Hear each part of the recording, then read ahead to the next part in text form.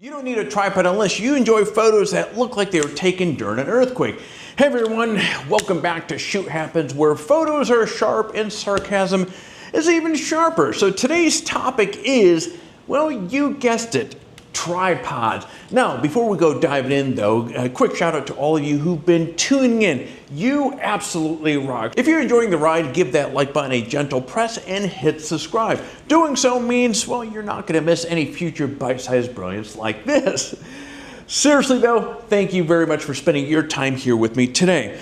Now, the big question here is, do you really need a tripod? You know, over the 17 years, this has been a question that has come up over and over and over again. You ask 10 people, you're gonna get 10 different answers. So I'm gonna give you my take on that, and that answer is not always, but when you do, it is an absolute game changer in your best friend. So let's talk about when you need to bring this three-legged beast. Now, first off, let's hit the gorilla in the room, long exposure.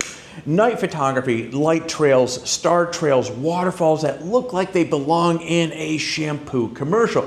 These are all examples of tripod territory.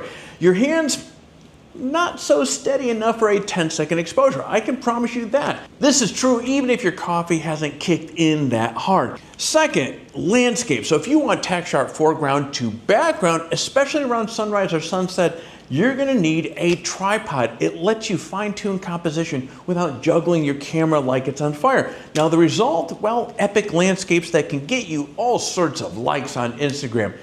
Now, video. Go figure. This camera is on a tripod that I'm talking to you right now. If you're shooting anything that isn't supposed to look like the Blair Witch Project, a tripod or at least a monopod or a gimbal is going to be your friend. Talking head video, as we're talking right now, a tripod. Time-lapse video, tripod. Anything that shouldn't give people motion sickness, a tripod again is going to be your best friend. And here's when not to use one. Street photography. Leave it at home unless you want to look like a statue. Fast-paced events or wildlife. A tripod will slow you down and make you miss or potentially miss the moment. And weddings, well, unless you're doing static wide shoot, don't be that guy that's going to be blocking the aisle with a tripod.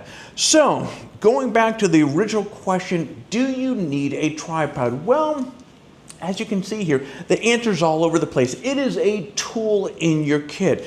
Don't use it all the time, but when it fits perfectly. Bottom line, use your tripod with purpose, not just because you bought it and you feel bad because it's collecting dust in your closet next to your drone that you definitely still plan to fly someday.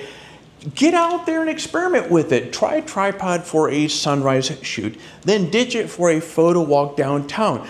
The fact of the matter is, the more you practice, the more you'll know when it helps and when it just slows you down. So hopefully that answers your question on whether or not you need a tripod. Again, thanks for hanging out with me here today. More Shoot Happens is just a click away, so hit that subscribe button and keep creating cool stuff. Remember, when in doubt, keep shooting. After all, well, shoot happens.